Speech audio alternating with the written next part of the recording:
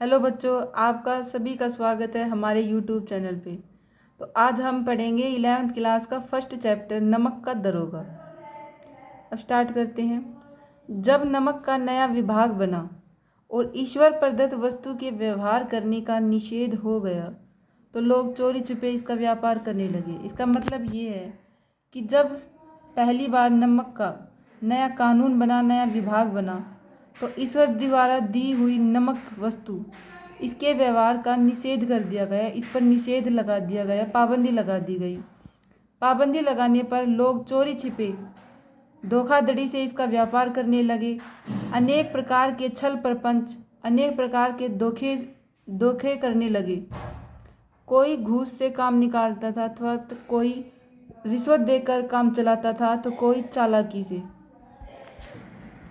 अधिकारियों के पोबारे थे, मतलब अधिकारियों की आपस में बहुत मौज थी, आपस में एक दूसरे से मिले हुए थे।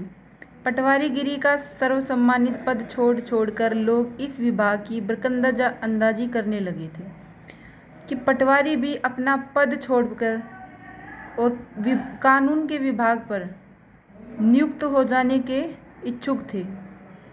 इसके दरोगा पद के लिए तो वकीलों का भी जी ललचाता था कि वकीलों को भी लगता था कि हम वकील ही छोड़ के और कानून के पद पर नियुक्त हो जाएं।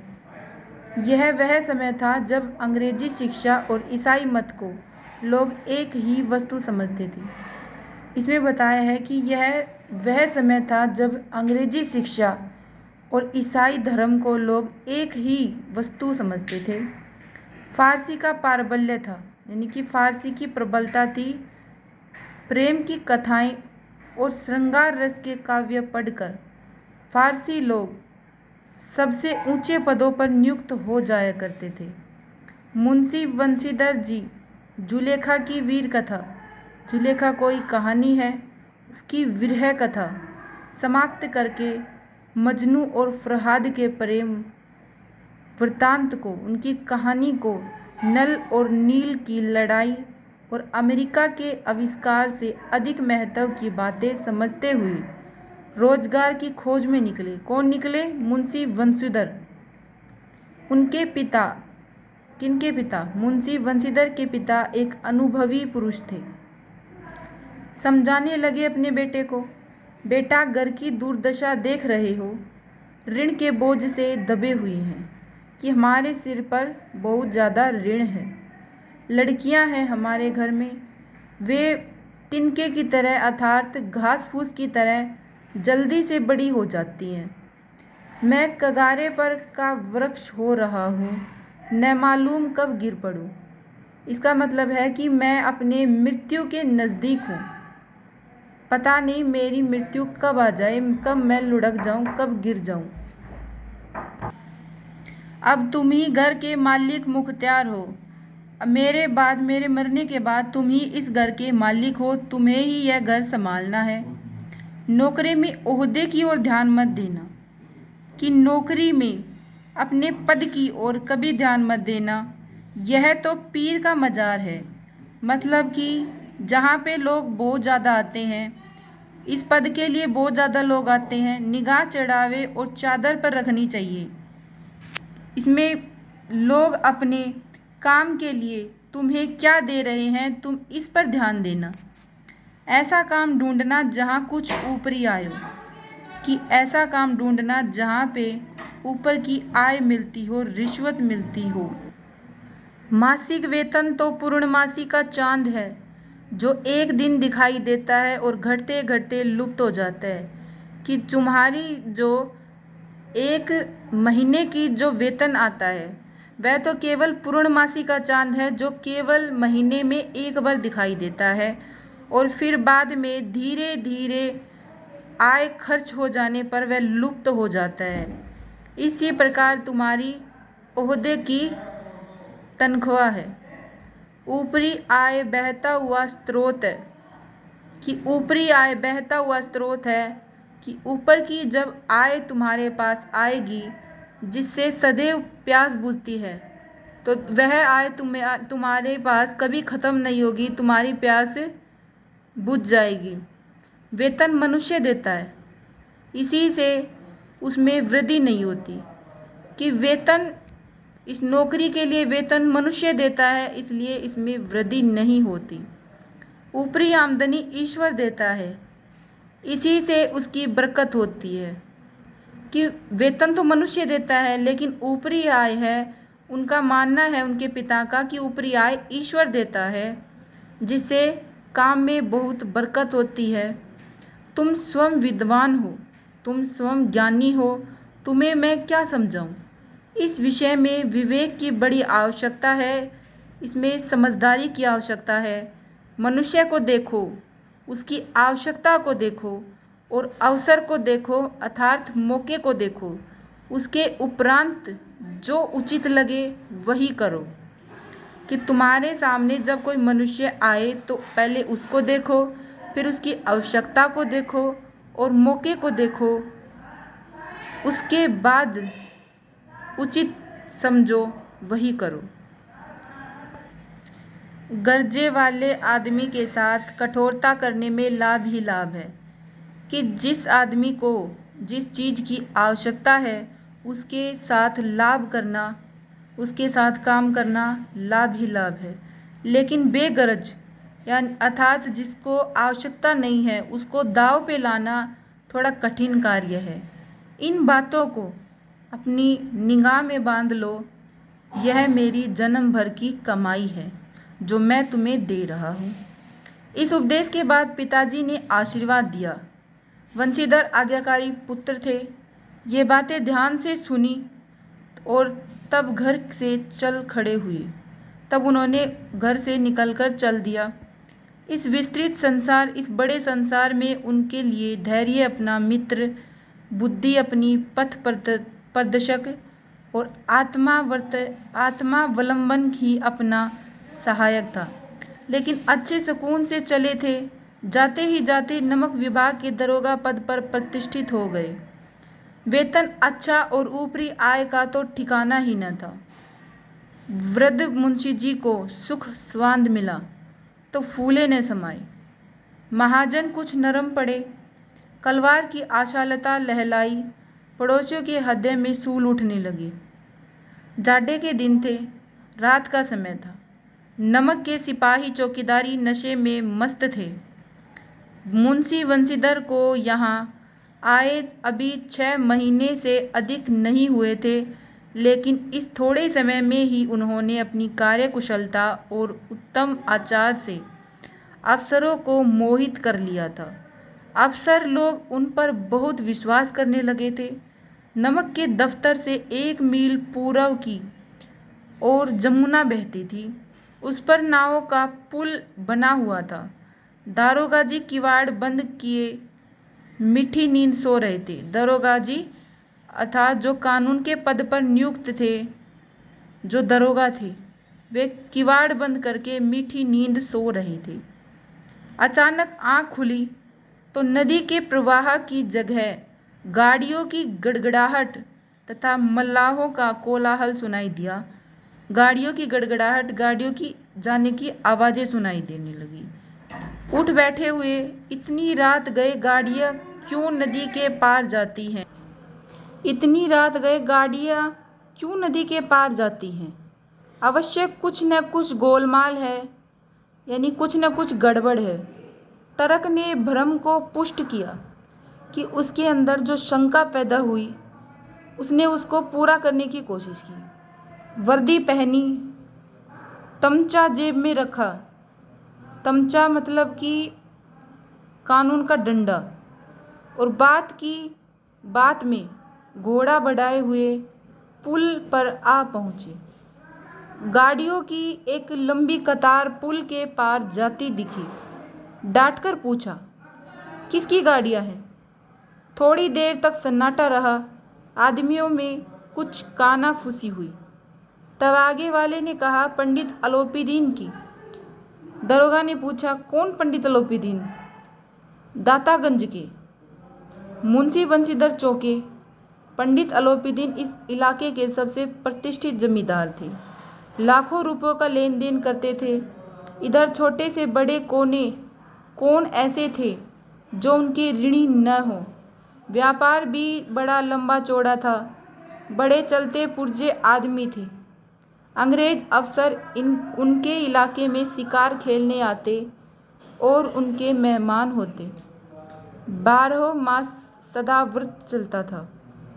मुंशी जी ने पूछा, गाड़ियाँ कहाँ जाएंगी? उत्तर मिला, कानपुर। लेकिन इस प्रश्न पर कि इनमें क्या है, सन्नाटा छा गया। दरोगा साहब का संदेह और भी बढ़ गया। कुछ देर एक उत्तर की बाट देखकर वे जोर से बोले, क्या तुम सब गूंगे हो गए हो? हम पूछते हैं इनमें क्या लदा है।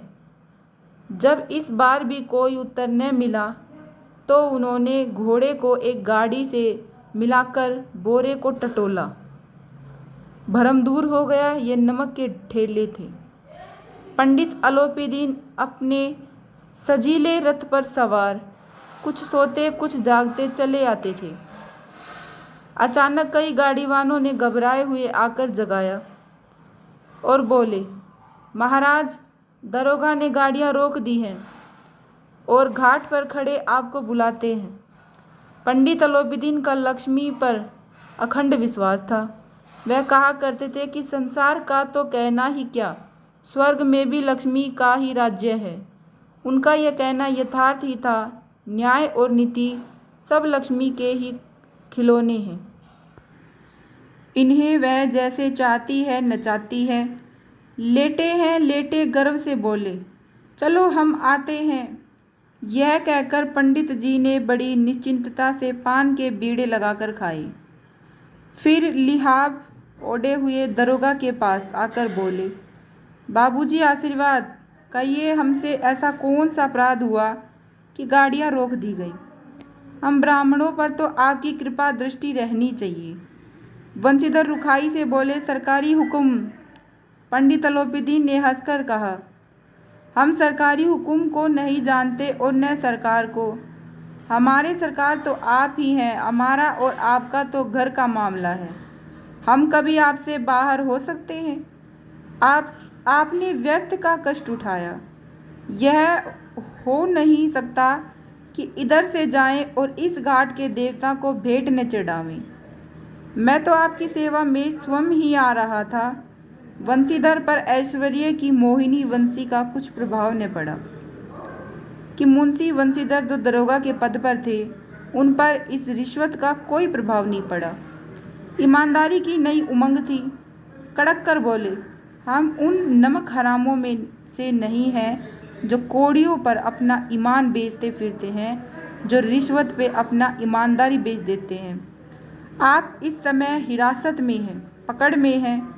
आपका कायदे के अनुसार चालान कटेगा। बस मुझे अधिक बातों की फुर्सत नहीं है। जमादार बदलू सिंह, तुम इन्हें हिरासत में ले लो, मैं हुक्म देता हूँ। पंडित अलोपीदीन स्तंभित हो गए। गाड़ीवान में हलचल मच गई। पंडित जी के जीवन में कदाचित यह पहला ही अवसर था कि पंडित जी को यह ऐसी कठोर बातें सुननी पड़ी। बदलू सिंह आगे बढ़ा, किंतु रोब के मारे यह साहस न हुआ कि उनका हाथ पकड़ सके। पंडित जी ने धर्म को धन का ऐसा निरादर करते कभी न देखा था। विचार किया, यह अभी उदंड लड़का है, माया मोह के जाल में अभी नहीं पड़ा, अल्लड़ है, अकड़ू है, झिझकता है। बहुत दिन भाव से बोले, बाबू साहब ऐसा न कीजिए, हम मिट जाएंगे, इज्जत धूल में मिल जाएगी। हमारा अपमान करने में आपके हाथ क्या आएगा? हम किसी तरह आपके बाहर थोड़ी ही हैं। वंशीधर ने कठोर स्वर में कहा, हम ऐसी बातें नहीं सुनना चाहते। अलोपीदीन ने जिस सहारे को चट्टान समझ रखा था, वह पैरों के नीचे से खिसकता हुआ मालूम हुआ। स्वाभिमान और धन ऐश्वर्य को कड़ी चोट लगी, किंतु अभी एक धन की साखी के शक्ति को पूरा भरोसा था। अपने मुख्तार से बोले, अर्थात अपने पूरे यकीन से बोले, लाला जी 1000 के नोट बाबू साहब को भेंट करो। आप इस समय भूखे सिंह हो रहे हैं। वंशीधर ने गर्म होकर कहा, 1000 नहीं, 1 लाख भी मुझे सच्चे मार्ग से नहीं हटा सकते। धर्म की इस बुद्धिहीन दृढ़ता और देव दुर्लभ त्याग का मन बहुत झुंझलाया। अब दोनों शक्तियों में संग्राम होने लगा। धन ने उछल उछल कर आक्रमण करने शुरू किए। 1 से 5, 5 से 10, 10 से 15 और 15 से 20,000 तक नौबत पहुंची, किंतु धर्म अलौकिक वीरता के साथ इस बहुसंख्यक सेना के सम्मुख अकेला पर्वत की भांति अटल अविचलित खड़ा था। अलोपीदीन निराश होकर बोले, अब इससे अधिक मेरा साहस नहीं, आगे आपका अधिकार है। वंशीधर ने अपने जमादार को ललकारा। बदलू सिंह मन में दरोगा जी को गालियां देता हुआ पंडित अलोपीदीन की ओर बढ़ा। पंडित घबराकर 2-3 कदम पीछे हट गई। अत्यंत दीनता से बोले, बाबू साहब, ईश्वर के लिए मुझ पर दया कीजिए, मैं 25,000 का निपटारा करने को तैयार हूँ। असंभव बात है, 30,000 पर किसी तरह भी संभव नहीं। क्या 40,000 पर भी नहीं? 40,000 नहीं, 40 लाख पर भी असंभव है। बदलू सिंह, इस आदमी को अभी हिरासत में लो, अब मैं एक शब्द भी सुनना नहीं चाहता। धर्म ने धन को पैरों तले कुचल डाला। अलोपीदीन ने एक हष्ट पुष्ट मनुष्य को हथकड़ियां लिए हुए अपनी तरफ आते देखा। चारों ओर निराश और कातर दृष्टि से देखने लगे। इसके बाद एकाएक मूर्छित होकर गिर पड़े, अर्थात बेहोश हो गए। दुनिया सोती थी, पर दुनिया की जीभ जागती थी। सवेरे देखिए तो बालक वृद्ध सबके मुंह से यही बात सुनाई देती थी। जिसे देखिए वही पंडित जी के इस व्यवहार पर टीका टिप्पणी कर रहा था। निंदा की बौछार हो रही थी, मानो संसार से अब पापी का पाप कट गया। पानी को दूध के नाम से बेचने वाला गवाला, कल्पित रोजनामचे भरने वाले अधिकारी, वृद्ध रेल में बिना टिकट सफ़र करने वाले बाबू लोग, जाली दस्तावेज बनाने वाले सेठ और साहूकार, ये सब के सब देवताओं की भांति गर्दनें चला रहे थे। जब दूसरे दिन पंडित अलोपीदीन अभियुक्त होकर कांस्टेबलों के साथ, हाथों में हथकड़ियाँ, हृदय में गलानी और क्षोभ भरे लज्जा से गर्दन झुकाए अदालत की तरफ चले, तो सारे शहर में हलचल मच गई। मेलों में कदाचित आंखें इतनी व्यग्र न होती होंगी जितनी अब थी। भीड़ के मारे छत और दीवारें में कोई भेद न रहा, किंतु अदालत में पहुंचने की देर थी। पंडित अलोपीदीन इस अगाध वन के सिंह थे। अधिकारी वर्ग उनके भक्त, अमले उनके सेवक, अर्थात जो बाकी रह गए वे उनके सेवक। वकील मुख्तियार उनके आज्ञापालक और अर्धदली चपरासी तथा चौकीदार तो उनके बिना माल के गुलाम थे। उन्हें देखते ही लोग चारों तरफ से दौड़े। सभी लोग विस्मित हो रहे थे, इसलिए नहीं कि अलोपीदीन ने क्यों यह कर्म किया, बल्कि इसलिए कि वह कानून के पंजे में कैसे आई। ऐसा मनुष्य जिसके पास असाध्य साधन करने वाला धन और अनन्य वाचालता हो, वह क्यों कानून के पंजे में आई। प्रत्येक व्यक्ति उनसे सहानुभूति प्रकट करता था। बड़ी तत्परता से इस आक्रमण को रोकने के निमित्त वकीलों की एक सेना तैयार की गई। न्याय के मैदान में धर्म और धन के युद्ध ठन गया। वंशीधर चुपचाप खड़े थे। उनके पास सत्य के सिवा न कोई बल था, न स्पष्ट भाषण के अतिरिक्त कोई शस्त्र। गवाह थे, किंतु लोभ से डांवाडोल। यहाँ तक कि मुंशी जी को न्याय भी अपनी ओर से कुछ खिंचा हुआ दिख पड़ता था। वह न्याय का दरबार था, परंतु उसके कर्मचारियों पर पक्षपात का नशा छाया हुआ। किंतु पक्षपात और न्याय का क्या मेल। जहाँ पक्षपात हो वहाँ न्याय की कल्पना भी नहीं की जा सकती। मुकदमा शीघ्र ही समाप्त हो गया। डिप्टी मजिस्ट्रेट ने अपनी तजवीज़ में लिखा, पंडित अलोपीदीन के विरुद्ध दिए गए प्रमाण निर्मूल और भ्रमात्मक हैं। वह एक बड़े भारी आदमी हैं। यह बात कल्पना के बाहर है कि उन्होंने थोड़े लाभ के लिए ऐसा दुस्साहस किया हो। यद्यपि नमक के दरोगा मुंशी वंशीधर का अधिक दोष नहीं है, लेकिन यह बड़े खेद की बात है कि उसकी उद्दंडता और विचारहीनता के कारण एक भले मानुष को कष्ट झेलना पड़ा। हम प्रसन्न हैं कि वह अपने काम से सजग और सचेत रहता है, किंतु नमक से मुकदमे की बढ़ी हुई नमक हलाली ने उसके विवेक और बुद्धि को भ्रष्ट कर दिया। भविष्य में उसे होशियार रहना चाहिए। वकीलों ने यह फैसला सुना और उछल पड़े। पंडित अलोपीदीन मुस्कुराते हुए बाहर निकले। सौजन बांधुओं के रुपए की लूट की। उदारता का सागर उमड़ पड़ा। उसकी लहरों ने अदालत की नींव तक हिला दी कि उसके पैसों ने अदालत की नींव भी हिला दी, लेकिन पंडित वंशीधर को नहीं हिला पाए। जब वंशीधर बाहर निकले तो चारों ओर उनके ऊपर व्यंग्य बाणों की वर्षा होने लगी। लोग उन्हें ताने दे रहे थे। चपरासियों ने झुक झुक कर सलाम किए, किंतु इस समय एक एक कटु वाक्य, एक एक संकेत उनकी गवांगनी को प्रज्वलित कर रहा था।